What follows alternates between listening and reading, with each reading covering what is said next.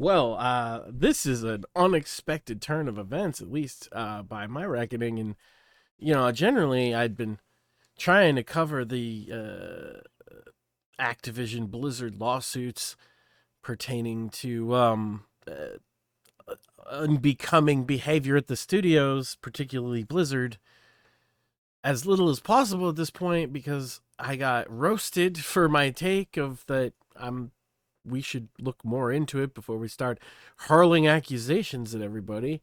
But this is some big news. So Microsoft.com is the source today. It says Microsoft to acquire Activision Blizzard to bring the joy and community of gaming to everyone across every device. So Microsoft is buying Activision Blizzard, which is an interesting turn of events. Certainly they're gonna want it mainly for the Call of Duty money and Candy Crush money. Like that's a pretty high end thing. Of course, then they're also going to be getting this flaming wreck of a game, World of Warcraft, as well as the Diablo franchise, Overwatch, like it says here. But it's an interesting play by Microsoft and Xbox as they have been picking up different developers, studios, and publishers, famously with Bethesda just last year. Um, this is interesting. Microsoft will acquire Activision Blizzard for $95 per share in an all cash transaction valued at $68.7 billion. That's not chump change. That's a large amount of money, even for Microsoft, and for a publisher that's been in trouble, developers that have been in trouble.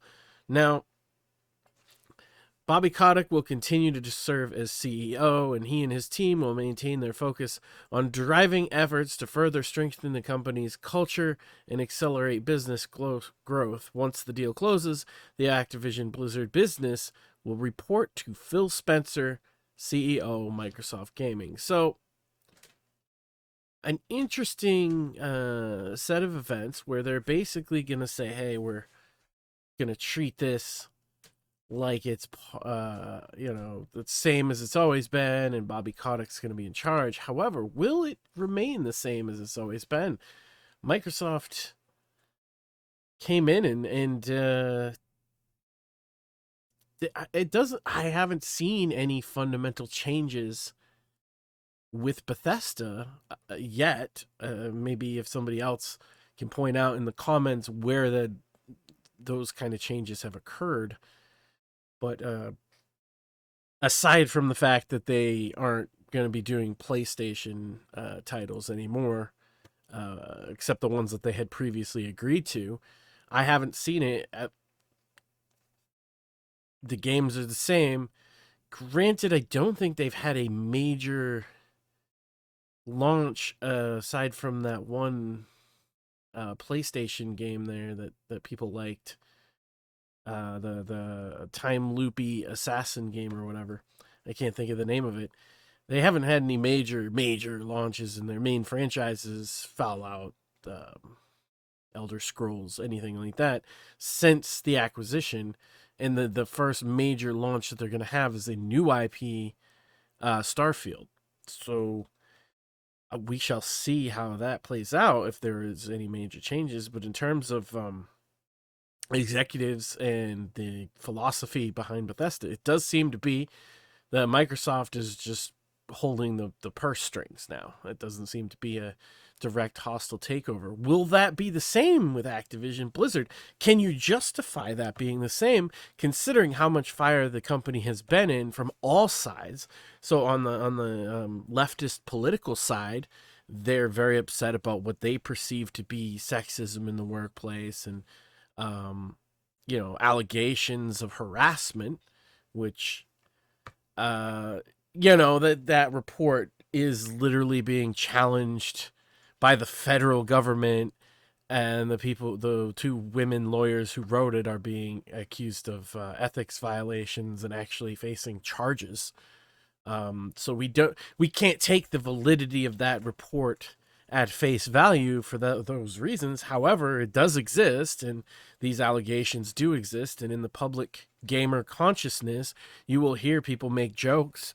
The biggest fans of Activision Blizzard and World of Warcraft will make jokes about drinking breast milk and things because these are allegations that have been made against people at Activision Blizzard.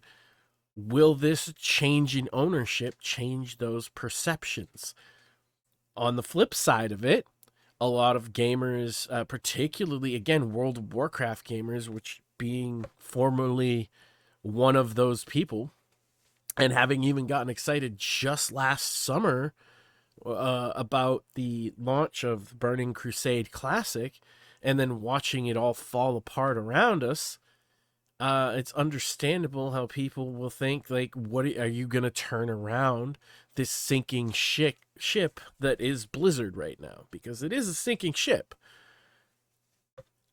Now, Microsoft will become the world's third largest gaming company by revenue, behind Tencent and Sony.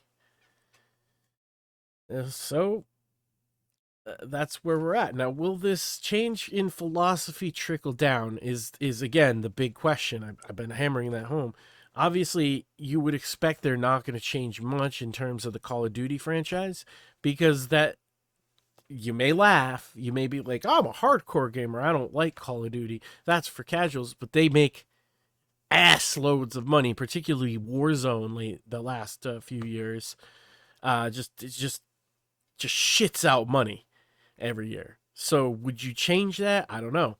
World of Warcraft is hemorrhaging subscribers. They're losing to their biggest rival, Final Fantasy XIV. And if there's not more people playing Final Fantasy XIV today than World of Warcraft between its two combined versions, I would be very surprised if that's the case. And I think part of that would be that they've suspended sales of their new expansion because they just can't take on more people onto their servers, and it's not going to be put back on sale for another couple days. So that's 2 months of their biggest competitor literally not selling its latest iteration of the game because there's just too many people playing it, which is a great problem to have if you're a publisher. Um, you're making too much money, you're making too many sales. Vice versa, on the other side of it, World of Warcraft is bleeding subscribers, and they started with a lot, so we'll see. I as far as I can tell, there is a classic WoW community that sticks around and plays that, and they've dropped some more Burning Crusade raids since I left, and I'm sure those people are enjoying their time there. But even that's a finite product because a lot of them will play the Lich King, but what happens after Lich King Classic happens, right? Where does it go from there? Does it go Cataclysm Classic, which is where they lost a shit ton of subscribers in the first place, and many will cite as the beginning of the downside of the game? StarCraft hasn't had an entry, like a main entry in the series since StarCraft 2, which is old as fucking dirt at this point. There's like people graduating high school that, StarCraft 2 came out before they knew what a video game was. Of course, it had expansions and like standalones and things like that, and it's remained relevant in the esports scene, but will we see a new StarCraft under the Microsoft banner? What about Diablo 4 and the Diablo mobile project? Don't you have phones? What's the status on Overwatch 2 that has been delayed multiple times? And more and more. So this is an interesting purchase. It comes with a lot of questions. This is gonna be mostly like corporate boilerplate kind of fare because this is literally from Microsoft's website.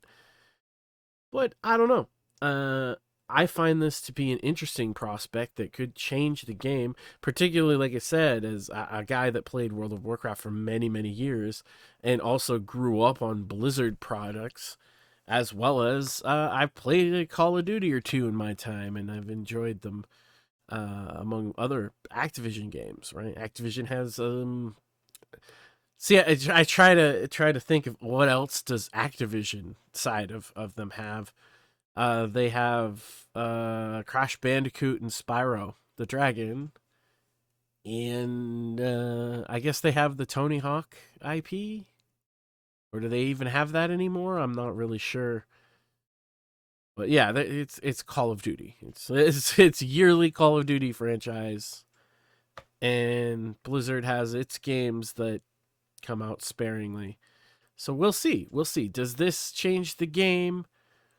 Do they put here's an idea, just throwing this out there. Do they put World of Warcraft subscription in the Games Pass on PC? Just to boost up numbers. Is that something they've done this with other games that they're trying to boost the numbers on, so why not?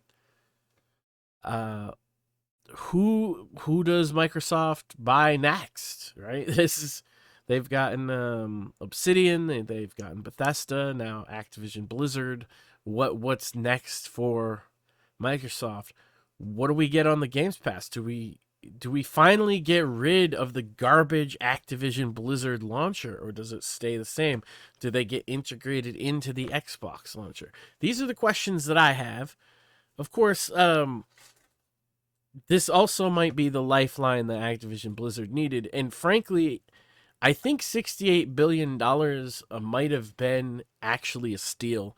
I think if it were 2 years ago, before the last year and a half or so of Blizzard's serious problems, that this would have been a $400 billion purchase. Just my 2 cents.